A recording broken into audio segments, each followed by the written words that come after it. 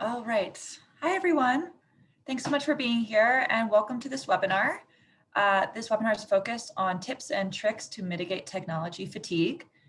My name is Charlotte Farewell. I'm an assistant professor in the Department of Community and Behavioral Health and concentration director of the Population Mental Health and Wellbeing program at the Colorado School of Public Health. And this webinar is hosted by the Population Mental Health and Wellbeing program in conjunction with two of our partners, the Center for Health, Work, and Environment within the Colorado School of Public Health and the National Mental Health Innovation Center, both located at Anschutz campus. A couple of comments on logistics before we jump right in. We have two wonderful presenters today. So we will hear from both of them and then have time at the end for a Q&A for about 10 minutes. So we encourage you throughout the presentations to just type your questions, any questions you have in the Q&A section, and those will be fielded again after both presentations have been completed. So we will just jump right in. Our first speaker, please help us welcome. Her name is Chloe Nixick-Sigman, and Dr. Nixick-Sigman is a psychologist and research program manager at the National Mental Health Innovation Center located at Anschutz. So welcome, Dr. Nixick-Sigman. Thank you. I can go ahead and share my screen and get us started here.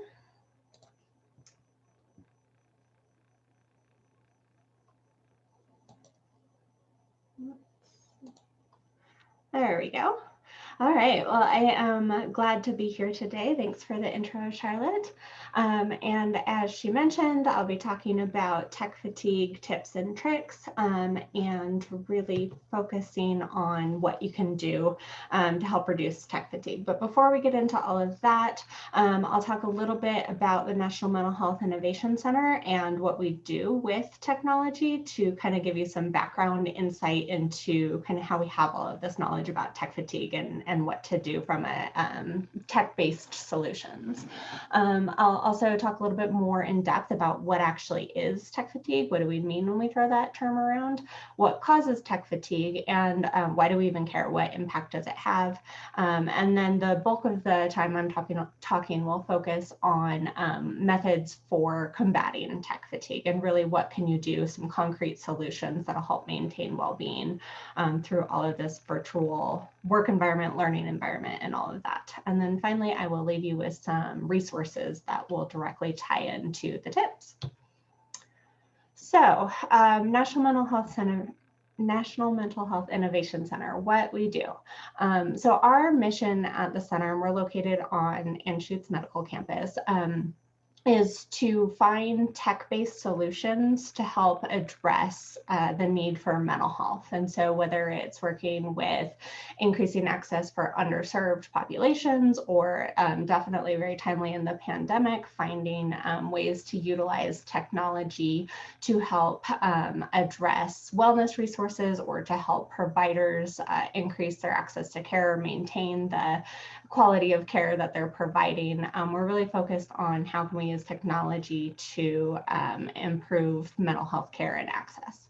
And we do this in a variety of ways. One thing that we do is a pretty thorough assessment and vetting process of different technologies out there. And so with all of the recommendations that I make today and the resources that we provide, we've done extensive research on them in terms of feasibility, acceptability, effectiveness, and efficacy. And so a big role that we do is learning about what tech solutions are out there and how to implement them in a way that's sustainable.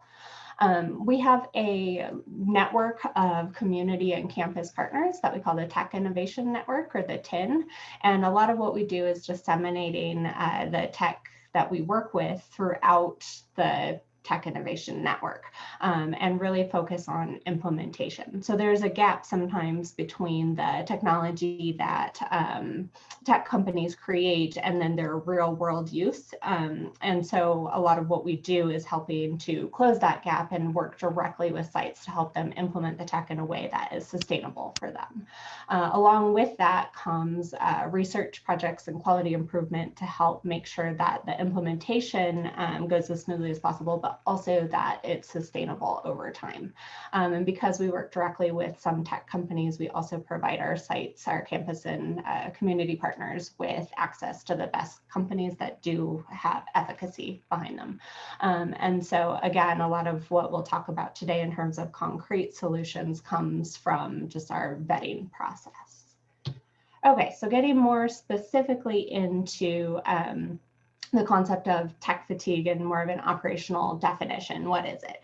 So mental tiredness, lack of energy, decreased motivation, stress, memory issues. So all these symptoms showing up in response to adopting a new technology, frequent and sustained use of technology, reliance on multiple technologies. So tech fatigue can happen really at any point, but if you think about all the changes resulting from the pandemic, we can go right down this list. Check, check, check, right? So we're at a particularly vulnerable time for tech fatigue to develop.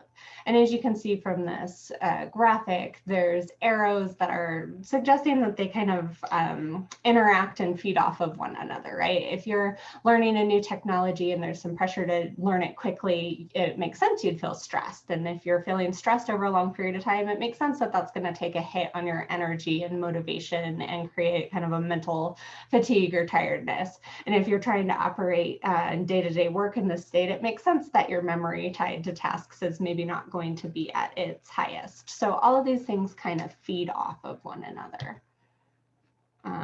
And if you think about, the graphic lasted a while. If you think about all of the technology that you might be required to use for work, whether it's program management software, data management software, data analysis, Zoom and video conferencing, instant messaging, the Microsoft Word platform and email, it's a lot. And then when you add on to it the technology that you may be using in your personal life as well, that potentially used prior to the pandemic, but likely have increased reliance on as a way to stay connected with others or cope with boredom, you know, things like online shopping and listening to music and social media platforms. You know, I didn't have a hard time filling up this slide with the logos of different technology that's really common in our day-to-day life. So it makes sense that when that's your day-to-day life all day, that we end up in this place of just wanting to take a nap, right? And yeah, it just makes perfect sense that this is where we go. So what do you do about it, basically, is the question. And in particular, since the onset of the pandemic, there's been a lot of research around Zoom specifically, and the term Zoom fatigue has also been coined. So I felt I should give a nod to that. These cartoons feel pretty appropriate. And just to give you a little bit of context, prior to the onset of the pandemic, so like December 2019, Zoom was experiencing, had maybe 10 million daily users. And since the pandemic, now Zoom is up to more than 300 million daily users. So there has been a significant increase. And I know this isn't surprising because we're all on virtual platforms these days, but I think it does really speak to just the state of reliance on technology that we're in. So let's talk a little bit about what causes it. So specific to video conferencing, I think it could be easy to think about it from the angle of, you know, what's the difference? Like if I'm in meetings all day in person versus if I'm in meetings all day on the computer, like how is it that much different? But there's actually research to suggest that it is quite different for a few reasons. One thing is that technology can get in the way of the way that we usually communicate and the way that we make sense of information during those interactions. So the video chatting is not synchronous, and there's research to show that even millisecond delays in verbal responding can mess with our ability to make sense of what we're hearing. It can interfere with our cues that we use from other people to make sure that we're being understood when we're talking. And so it basically puts our brain into kind of overdrive, and there's a lot of extra processing that we have to do on top of the normal social interaction of what we would be doing in person. And then on top of that, we don't get a ton of nonverbal information, right? So most of the time when we're on video chats, we just see the screen of people from their shoulders up. So we're missing, you know, other body language of the position of their legs. and other information around them in the room. We don't know if someone is writing or typing, or, we can't make eye contact directly. And so that impacts things too. It's hard to tell if someone's listening or if they're multitasking, or at what point you're losing people if you're giving a talk. And so it just is actually more taxing on our brain. In addition to that, the camera being on adds this performance element that is different from being in person. And there's research to support this too. And for some people, it can be distracting too, to also have themselves on camera. And for other people, it just can be an anxiety provoking event to have themselves captured on screen. So that adds another kind of toll that we have to cope with as well. And then finally, the information that happens in video chat is so condensed into our screen, and it's so much information. Or if you're in a meeting with multiple people and you have the little grid view on and you can see all the people and all their backgrounds, that's so much information, and it's more visual information than what we're used to in an in-person environment. And so processing all of that data is also taxing for us. So really our brain is kind of in overdrive when we're on video conferencing, and it makes sense then that we're going to feel more mental tiredness as a result. Stepping away a little bit from video conferencing, other technology can also lead to tech fatigue. So there's stress associated with learning new technology. Many people had to quickly learn new technology in order to be able to do their work from their home environment or from a remote environment. Pressure to adopt them quickly. It's not like we got a warning about the pandemic. Everybody was pretty abruptly transitioning to working remotely. And I think initially a lot of companies, even and organizations, thought about this would be a super temporary transition, and then realizing like, okay, this is actually going to be more long-term. So then there's these pressures of like, we need to find solutions, and we need to find solutions now. Obviously, any sort of tech issues with the softwares that you're using, or any Wi-Fi issues that get in the way of being able to access what you need, can add to stress and decreased motivation. And then there's something about just virtual communication that is different in terms of the way we perceive things, the communication style, the conclusions we make about social interactions. So, it's hard to read tone through instant messaging.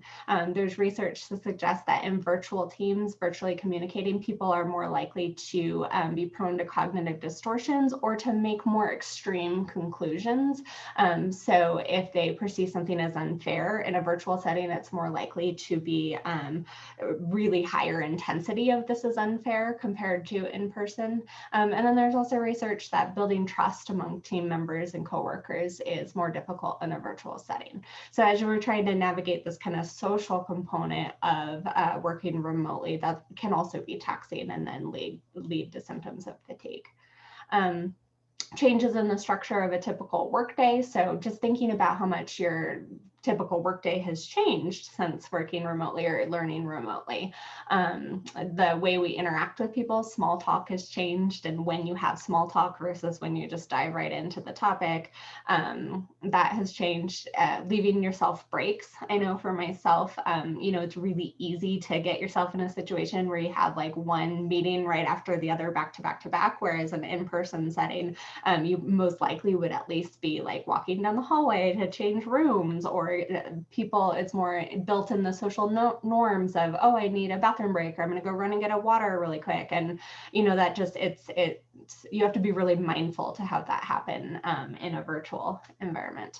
There's also a lot of research showing that people just move less. We're sitting on our computers all day. It's a pretty sedentary environment, which can, as you know, have an impact on stress and well-being in general.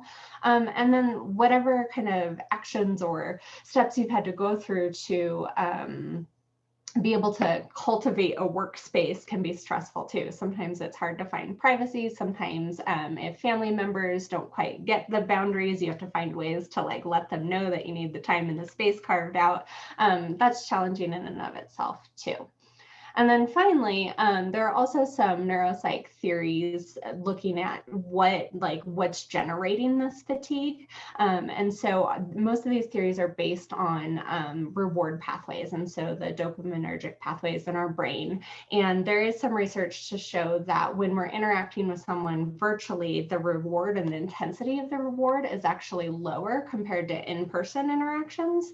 And so, getting less reward is never fun. And then in addition to that, those pathways are affecting pathways that are related to alertness and fatigue. So if our rewards are lower, it actually directly impacts how alert we feel and how fatigued we feel. So again, that can contribute to this cluster of symptoms. So not surprising, probably tech fatigue has an impact on our well-being. There's already the symptoms of the tech fatigue themselves that can take a direct hit to well-being. But it's also been linked with an overall tiredness and with anxiety. As I mentioned, people are more prone to cognitive distortions, which then, depending on the type of distortion, could lead to more anxiety or depressed symptoms.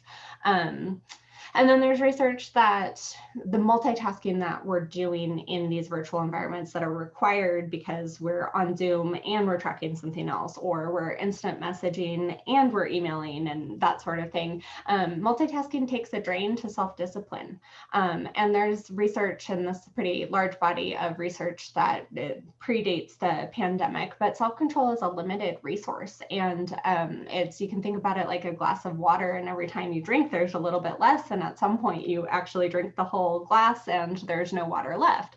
So self-control works the same way. And if all this multitasking is taking an extra drain on our self-control, and the symptoms of tech fatigue are taking an extra drain, this can help explain maybe why when you're done with a virtual day, even if your day was exactly the same in terms of like the type of workflow and like the specific meetings you had as it would be in person, a virtual day spent that way, it helps explain why maybe you are less motivated to exercise and go on that run that you usually would after work, or why you might be snappier with family members, or why you're just more tired in general. And then I think it just completely follows that it makes sense if you're having all of these things, job satisfaction can take a hit too. So, and if you look at this graphic on the side of the screen, this breaks up the concept of well-being and all of these different buckets. And I think just looking at them and given the research and probably your own experience, it makes sense that it kind of bleeds into all of these areas of well-being. And then looking at this graphic that I showed earlier, and thinking back to these arrows and how they all feed on one another, we have some pretty, I think, solid reason to think that this effect is cumulative and it's sustainable if we don't do something different. So that really speaks then to the bulk of kind of the rest of, I think, our presentation in this webinar today is because it's something that comes up naturally and is likely to maintain itself if we don't do something, we need to find some tips to mindfully implement. So the basics then of what do I do to combat tech fatigue? So mindfulness practice is one approach, and again, predating onset of the pandemic, there is extensive research for the benefits of mindfulness, and in multiple different populations, multiple different settings, even just a couple minutes a day can make a big difference. And so we'll talk more about how to consider doing that, but that's one option. Doing what you can to maintain social connection. Again, there's a huge and repeated bulk of research on the importance of social connection and well-being. Creating a comfortable workspace. So I'll give a little nod to that, and then Natalie will talk more about that in her presentation. And then finally, maintaining boundaries. This looks different in a virtual environment, and figuring out that work-life balance, it just does. It looks different when you're virtual. So talking about how can you set boundaries that work for you so that they don't bleed together so completely that you can't get a break from all of the tech. Okay, so then how to cope within kind of that framework. Kind of ironically, although maybe not surprising, coming from a talk of someone who works with technology, but more technology. So technology and using technology in different ways can actually offer a lot of different solutions for coping with tech fatigue. So just kidding. I was looking for graphics and found this cartoon, and this is not one of my tech recommendations in terms of how to use technology, but I thought it was funny. Okay, so in seriousness though, mindfulness apps can be a great tool. And so Insight Timer, Headspace, Calm, 10% Happier, those are all specific apps. Insight Timer is a free app, and then I think Headspace, Calm, and 10% Happier are all free to download, but then some of their features are associated with a monthly subscription. But mindfulness apps can be a really good tool for people that are new to mindfulness to help get some accountability. It tracks how often you practice to help get a good variety so that people can figure out kind of like what works for you. There's a lot of variation in mindfulness content that's available out there. And so these apps do a good job of giving a lot of different exposure and choice. And then also, I think there's something about guided meditation when someone is new to meditation that can be really helpful to help people stay grounded in the actual practice. So they can be a great solution to help. And mindfulness helps from the angle of paying attention to the present moment on purpose without judgment, can give your mind room to breathe from that multitasking and get you grounded and centered. It can sometimes induce feelings of relaxation, but it can also make you more mindful to, hey, I'm actually getting stressed. And just that insight that mindfulness can give you can help you mindfully then choose tools and ways to cope. Maybe you take a longer break. Maybe you sign up for some PTO next week. Maybe, so it allows you to kind of have more insight into how you're coping and then to mindfully choose what you want to do next. Social media platforms. So this is obviously pros and cons, right? Kind of a double-edged sword, because there are definitely ways people can use social media to tank their well-being and, increase room for social comparison and just getting sucked into negative content or conflict with others. But if you're mindful about the way that you use social media, it can facilitate connection. And especially at times when we are distanced from people and don't get to see people that we love or care about, meaningful connection can help in, whether it's posting pictures that matter to you or commenting on a friend's pictures, sharing memes, and being really mindful about using social media in a way that leaves you feeling enhanced in terms of your connection. There's also cool video apps. I know, like with my friends, a lot of what we've used to stay connected is Marco Polo, and I think there are a few other video apps, but it allows you to leave messages that are video messages, and it's nice because then you don't have to be, in person, and you also don't have to be in the same time zone or anything. But when you're watching the message, you get to see like the more of the nonverbals, right? You get to see facial expressions and all of that. And so just thinking about out of the social media that is out there, ways to use it to really maximize connection. Tracking performance on fitness apps. So there are a lot of different fitness apps out there also. And there's a few cool things in terms of like the empirical benefits. So being able to have accountability, track progress, set really objective goals that are SMART goals. But a lot of these apps also offer a community, whether it's a community of people that you don't know but have similar fitness goals, or you can link up with friends a lot of times within the community. And so again, it's a way, if you used to go on a run with a friend every day, it's a way that you can still kind of engage in the connection with the friend, but from a virtual perspective. Taking advantage of virtual services. So public libraries offer e-checkout of books that you can read on your Kindle. Museums, a lot of museums around the country have started posting virtual tours, same thing with zoos. So a way to give yourself kind of an escape, but also to, a lot of times people can be itching to get out of the house and to just get their mind and brain exposed to new experiences. And it's harder to do that when we are, stuck at home a lot of the time. And so seeking out virtual services as a way to kind of get that exposure without actually having to leave your house. And then finally, escaping with virtual reality. So this obviously does require a VR headset, but they're becoming more and more affordable with time. And within the headset, there are some really cool apps for mindfulness, which guided meditation is a free app. Trip is a psychedelic mindfulness meditation experience that does have a low monthly cost to it. And then there's also with YouTube 360, there's a ton of really cool videos that do have like the 360 view. You can, drive up the canyon to Estes Park, you can go on a hike, you can go underwater. So it's just a way to give your brain some distraction and look up things that you enjoy. And, the more time you spend doing stuff you enjoy, that enhances well-being as well. So then combating tech fatigue in a kind of working with the existing platforms that you have to use. So with video conferencing, things you can do, setting expectations up front, do I need to have my video on for this call? What does my participation look like? When am I going to be talking? How long will the call last? What's the main goal of the call? Talking about those things up front can sometimes decrease some of the uncertainty, which then creates all that extra processing for our brain.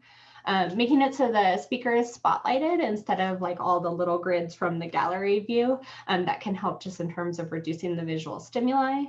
Using audio only when you can. So there's nothing wrong with turning your video off during some calls, and that can take down some of the performance or distraction extra processing that our brain does.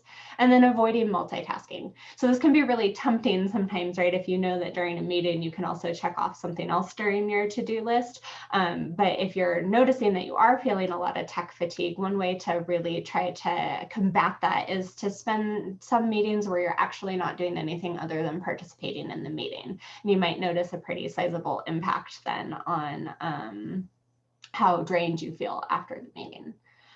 In terms of scheduling, just think what you can do and setting your schedule up so it works for you. It might be spending more time outside in the sunlight or walking around. Definitely recommend scheduling breaks and not setting yourself up to back-to-back calls, or even setting your alarm if you have to, so that you remember to take breaks.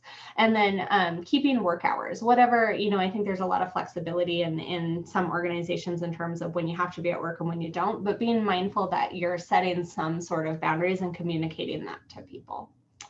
In terms of minimizing strain and setting up a nice work environment, again, I think Natalie will speak in a lot more detail to that, but just thinking about making your space comfortable. And then finally, choosing tech mindfully. So using phone calls when you can. If something doesn't have to be a video call, you can use a phone call. Or if you're confused about tone or something's harder to like do all of the typing out, do a phone call instead of instant messaging.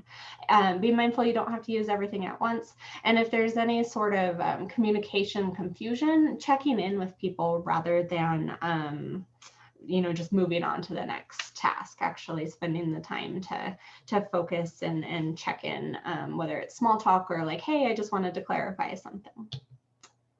Okay, so then these are resources, and they are concrete resources, so things that you can go to directly now based on some of the tips that I've already given. So that's the link to Insight Timer, which is the free app, and then Mindful Moment is something that National Mental Health Innovation Center had a program that we developed that is Tuesday and Thursday mornings at 7:50. It's just a quick 5-minute guided mindful meditation, and then in conjunction with the Colorado School of Public Health and the Population Mental Health Wellbeing Program and Total Health Committee, we actually started a Monday midday 15-minute meditation. So that is available to anyone who would want to join. There's the link to the VR headset, the VR mindfulness, the YouTube 360 we talked about, and then finally the self-care resources. This is something that National Mental Health Innovation Center collaborated with the Tulane School of Social Work on.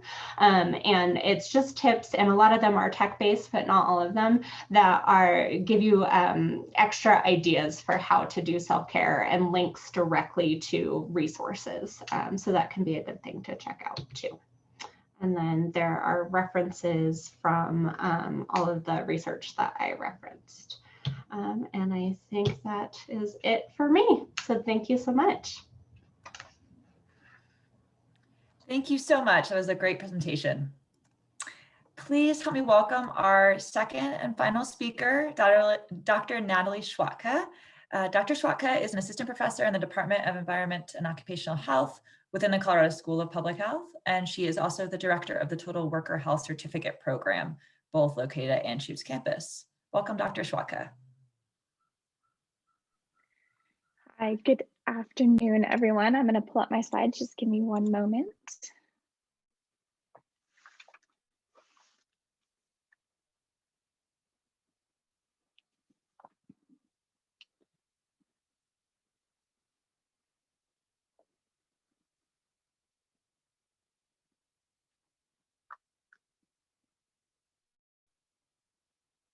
Apologies, taking just a moment.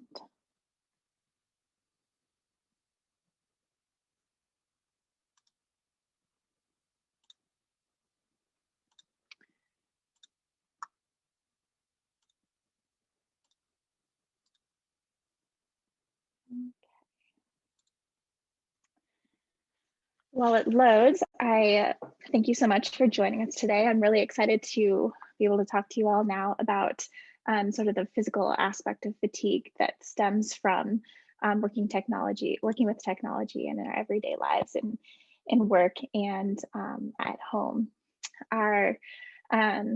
So Chloe just talked a lot about, the psychosocial effects of how we interact with software, different kinds of apps and things like that we use with our work and at home every day. And for my talk, I'm going to do a different spin and talk about the physical effects of working with technology. But I think we have the same kind of idea in noting that we need to close the gap between the human and the technology and to improve the sustainability of how we interact with technology. So I think that's where we both collide in terms of how our presentations work together to help you understand how to minimize the effect of fatigue from technology. So I'm Natalie Schwatka. I'm an assistant professor at EOH, a member of the Center for Health, Work and Environment, and the director of our certificate in total worker health. So for my talk, I'm going to be discussing how to minimize the physical fatigue that comes from our interaction with technology. And my hope at the end of the talk is that you feel empowered to take a look at how you're currently interacting with the hardware that you're using, your computers and tablets and whatnot, and make changes to enhance your health. So I am with the Center for Health, Work and Environment at the Colorado School of Public Health. We are one of 6 national centers of excellence in total worker health and one of 18 national centers for training in occupational health and safety. We are focused on advancing worker health, safety, and well-being, and we do that through a variety of research projects, public health practice out in the community, particularly with small business, and continuing education work. So the purpose of my talk is to help you understand how to minimize the effects of technology on your physical health. I want to help you optimize the relationship between technology so that you can improve your health while still maintaining productivity. Today, I'm going to talk about the key principle that you need to keep in mind if you want to minimize the effects of tech on your physical health, and how to recognize some sources of physical fatigue and how to develop some solutions to mitigate that. So in many ways, technology has made our lives a whole lot better. We can move around quicker, we can communicate in an instant, we can treat disease and promote health, we can cook delicious meals. But when thinking about work alone, technology has made it possible for us to make things quicker and faster with more quality. We can communicate with our partners really easily. We can work in a global economy. We can market our projects with precision in different formats. And especially when thinking about work during the COVID pandemic, technology has actually given us a gift. A lot of us are able to work from home and still maintain productivity. But with that comes new challenges. And we're having to work more oftentimes with technology than ever before. And we're often tied to our computers and mobile devices, and our lives, our work and home lives really blend now that we're working from home a lot. And so unfortunately, sometimes our relationship to technology is not ideal. So what we can do about that, how we can optimize our relationship with technology, is to use principles of ergonomics. Ergonomics is the study of work. It's a discipline that represents efforts to optimize the relationships between humans and the technology that they use to increase performance while still maintaining health. And at its core, ergonomics is about design. So how can we design our work to be healthy and productive? Historically, the discipline was popular and necessary because of literally life or death scenarios where pilots in World War II could not operate their airplanes successfully because they couldn't understand how to use their cockpit, all the buttons and symbols and whatnot. It was not intuitive. People made mistakes. Fast forward to now, we can use these same principles to design our work so that we maintain productivity while not being at risk for poor health outcomes. So we should redesign our work environment to fit our needs. And this is important because repeated exposure to ergonomic risk factors, which I'll talk about in a minute, can lead to fatigue and left unchecked. And if we have repeated exposure, it can lead to chronic health conditions. In the field of ergonomics, we're most concerned with the development of musculoskeletal disorders, but I think we can also be concerned about behavioral health outcomes as well, as we learned about from Chloe around stress and whatnot. So this design is really oversimplified, but it really points to the importance of why we need to think about designing our work environment to match our physical needs. So the key principle that I want you all to remember is fitting the technology to your needs, not you to the technology. So what does that mean for the technology fatigue that we're all feeling? It means that we need to take a look at the technology we're using to complete our work and determine whether it's working for us.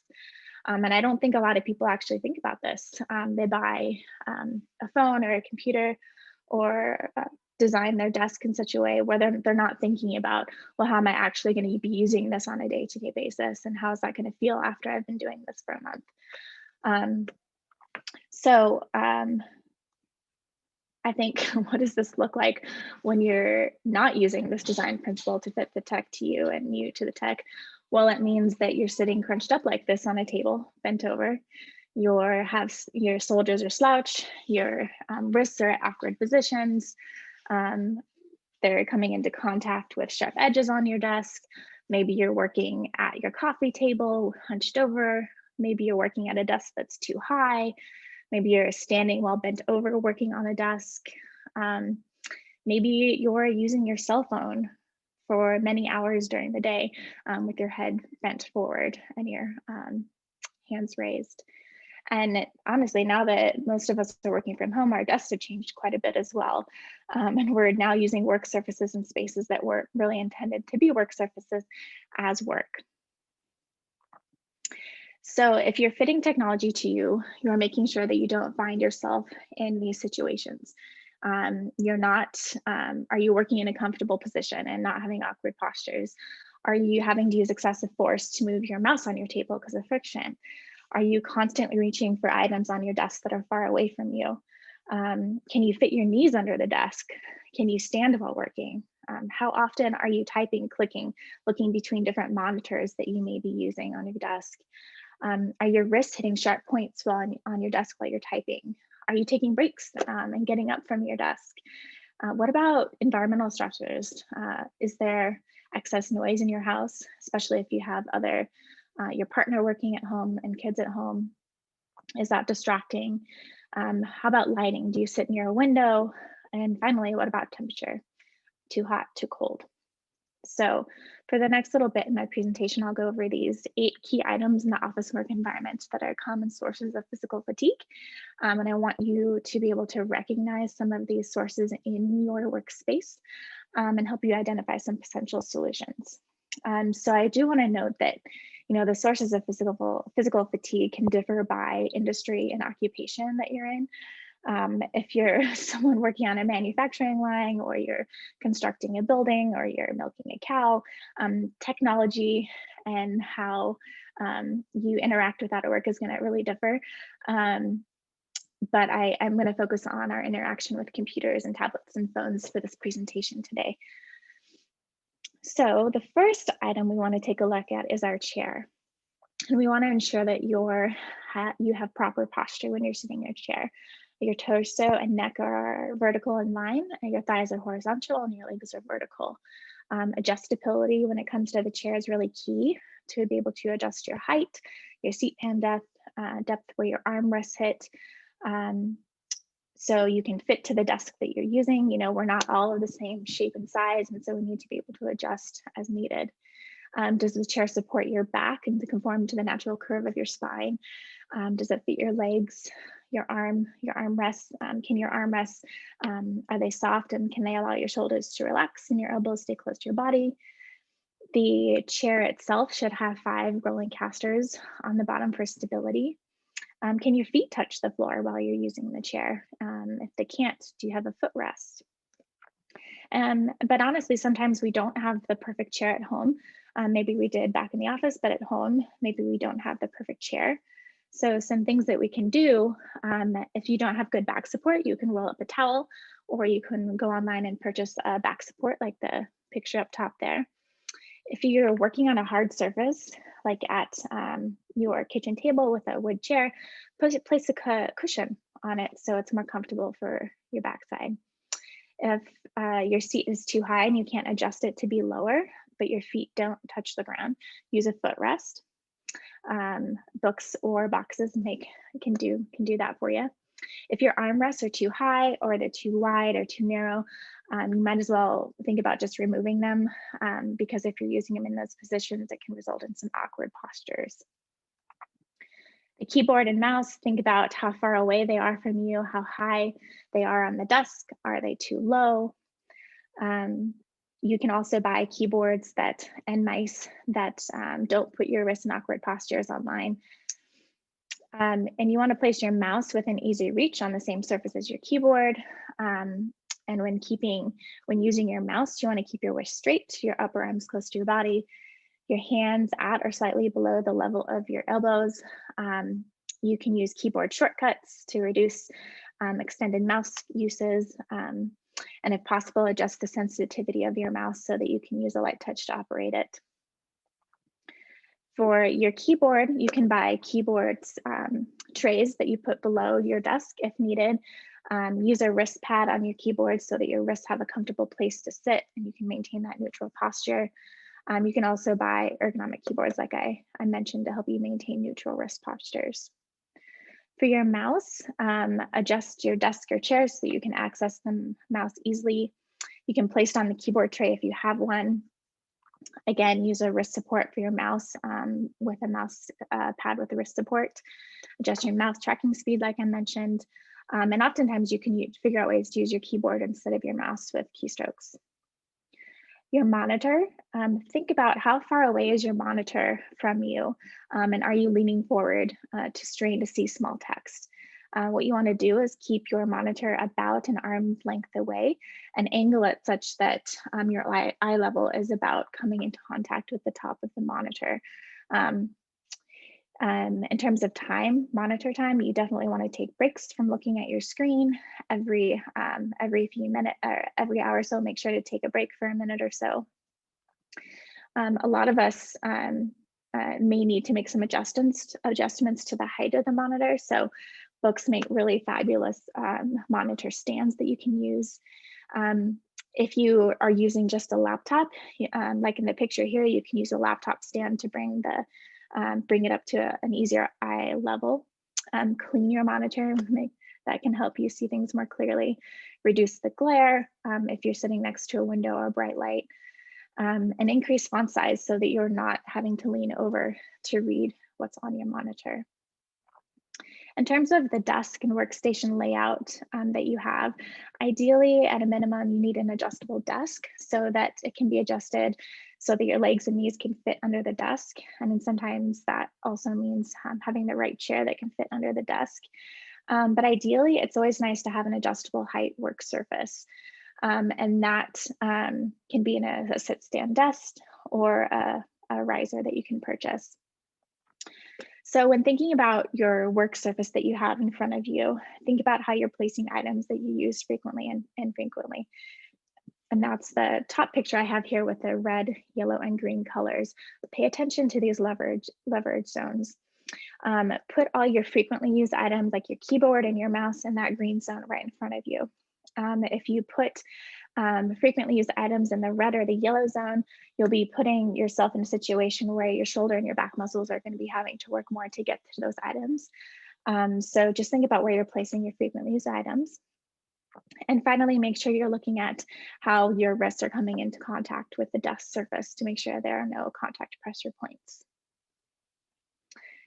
If you can't get a sit-stand desk, you can buy, as in the top picture here, a riser to help you turn your non-adjustable desk into an adjustable desk. You can also use things like blocks and books under your desk legs to make it higher, or even cut the legs off your desk to make it shorter if that needs to happen.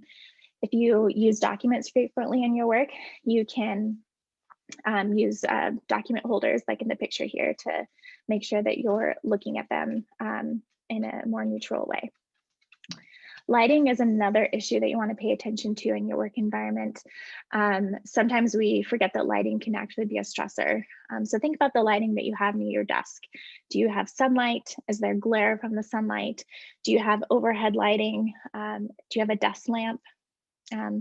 It's important to reduce glare, especially sunlight glare on your monitor, and use some, if you have shades, use them. If not, you can purchase them to minimize the effect of glare. Also, don't place your desk directly under overhead lighting. And if you do, try to use some warm lighting. Use of desk lamps is also really good for some targeted lighting. And finally, match the brightness of your screen to the brightness of the room. Fortunately, with our tablets and our cell phones, they often have functions in there that help you adjust the screen for you, the screen brightness for you. So noise can be really stressful as well, a physical stressor. And I'm sure that you all have experienced at some point trying to concentrate in situations where maybe it's too loud and too distracting. And these days when we're working at home, we're working with the other sounds of our partner and maybe children, and that can be distracting. And a certain amount of white noise is helpful, but there can come a point when it becomes too distracting. So use carpets to dampen noise, use noise canceling headphones, but just be careful when you're using noise canceling headphones that if you're listening to music, that it's not too loud. Cell phones and tablets. So we're on our devices all day, every day. And we aren't often thinking about how we're interacting with them on a daily basis. So if you're in the market for a new phone, take a look at how it fits in your hand. Take note of the size of the screen and how it fits. And think about if your thumb can easily reach the other side of the corner comfortably. If it can't, you're probably going to be straining a lot to use your phone. Limit the use of your hands by using things like talk to text, word prediction features, earbuds or headset instead of holding it to your ear at all time. Don't binge on texting or scrolling. Alternate which hand you're using and change your grip frequently. And really maintain good posture, because as the picture here, a lot of us find ourselves slumped over looking at our phones a lot. And if we're doing that too much, that places a lot of strain on the neck and the shoulders and the back. So we already kind of talked about virtual conferencing and physical fatigue, but I just want to mention it again because it's something that we do all day, every day. We're doing it right now. And I just want to reiterate that we need to be strategic about scheduling physical breaks so that we can get up from this technology and move about. Like Chloe said, use the old-fashioned phone if you need to instead of video. And when you do that, you can actually probably do a walking meeting to get some exercise in. You can also use other types of ways to communicate. Maybe it doesn't need to be a virtual meeting or call. Maybe we can just email about it, or it can be a Slack conversation instead. And if you find yourself using lots of virtual conferencing, try to remember to have an agenda and stick to the agenda so that the meetings are purposeful and time is used wisely. So I kind of, one of the last few things I want to say is that there's many ways to fit technology to you, but don't overthink it. So I'm sure a lot of you are wondering about treadmill desks and things like that. And personally, I could never use a treadmill desk because I would not be able to coordinate walking and looking at a monitor at the same time, and probably getting nauseous from trying to bounce while trying to watch what's on my screen. So sometimes, more design is not better. And sometimes new technology like this can introduce new hazards, especially if it's new and you aren't consciously thinking about how to walk and work on a computer at the same time. So do what's best for you, but don't overdo it. My last thing I want to say is that design is important, but taking a break is just important. And doing all of the activities that Chloe mentioned around self-care are just as important as thinking about how we're actually physically using our hardware during the day. So vary your work tasks and activities throughout the day. So have video call, walking meetings instead of doing video calls all day. Take structured breaks. So try to get away from your desk and have lunch elsewhere. Take a morning or afternoon coffee break so you're getting away from technology. You can also take unstructured breaks. Instead of Zoom conferencing, like I said, do a phone call, do a Slack chat, and take pauses. Every hour or so, take a stretch or exercise break to do some yoga, maybe some meditation, whatever works best for you, what makes you feel good. Just remembering to take a pause, and it's okay to take a pause during work. So main takeaways, I hope that you learned that you have the power to change your work environment to make technology work for you. And I hope that as I went through all the different 8 areas of things that we interact with during the day with technology, I hope you've identified maybe something that is not working for you, and maybe have an idea of a way to adjust it to make it work for you. But I do want to emphasize that you don't need to over design things. And ultimately, we need to get moving and get away from technology so that we're not sitting at our desks and looking at our phones all day, every day, and we're getting some exercise. That's all I had today, and I'm happy to answer any questions you may have. Thank you so much. Great conversation, or great presentation as well. Looks like we have a few questions. First, I think this is Dr. Schwatka, this is for you. How high should the monitor be? At eye level? Can you speak a little bit to that? Yeah, so think about if you're sitting in your desk right now, think about where your eye is going right in front of you. So an easy way to look at that is sit at your desk, put your arm out in front of you. That's where your monitor should be. Then look at your eye level, straight line to there, and try to place your monitor right in front of you where your eye level is. So it's going to vary by person and how high your chair is and how your desk is. So do that exercise by yourself with your arm. Excellent. All right. Are there any tips for those who wear glasses and present on Zoom to reduce the glare from the computer screen, which is very annoying to the audience? Even for those with coating on their glasses, still the glare persists. That's a good question. I'm not sure of the right answer. One thing that comes to mind is, are you sitting next to a window, and is that contributing to the glare? And if so, using some shades to make sure that that glare isn't coming, and then maybe adjusting the brightness of your monitor and playing with that. Thank you. Next question. I have a screen from work and the settings are locked, so I can't change the glare. Do you have any suggestions? That's tough. I would suggest asking work if you can change that setting. If it's a work purchase computer. Yeah, I would try to explain your situation, that the settings on there aren't working for you, and you'd like to work with them to figure out how to change the settings, because I'm sure they'd be willing to work with you. Great, thank you. So this question is for both of you. For those who are in leadership positions, if you could recommend 2 or 3 top practices or policies that you would implement for your team to mitigate technology fatigue, what would those look like?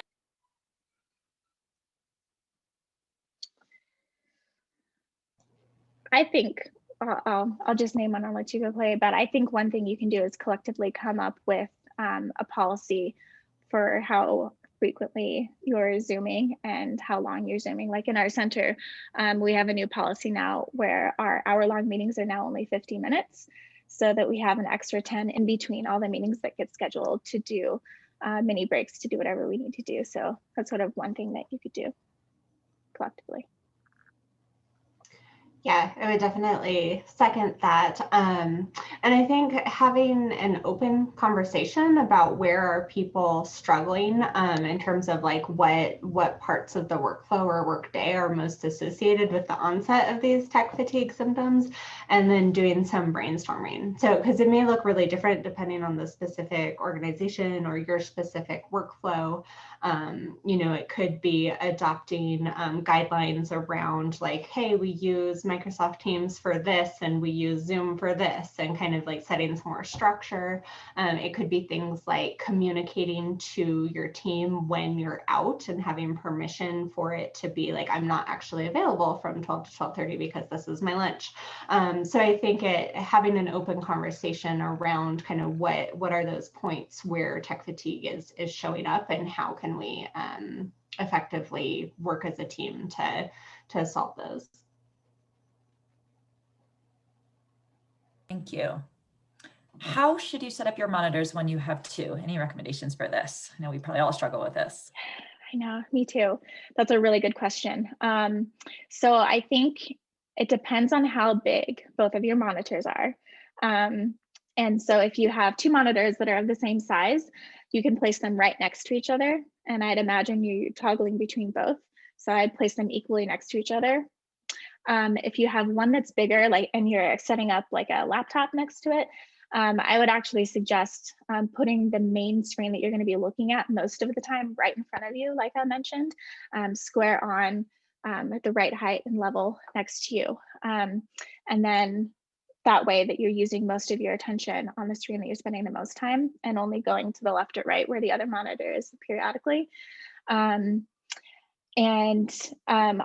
Honestly, I would advocate probably getting one bigger monitor instead of trying to piece together different ones, just so that you can focus your attention on one screen.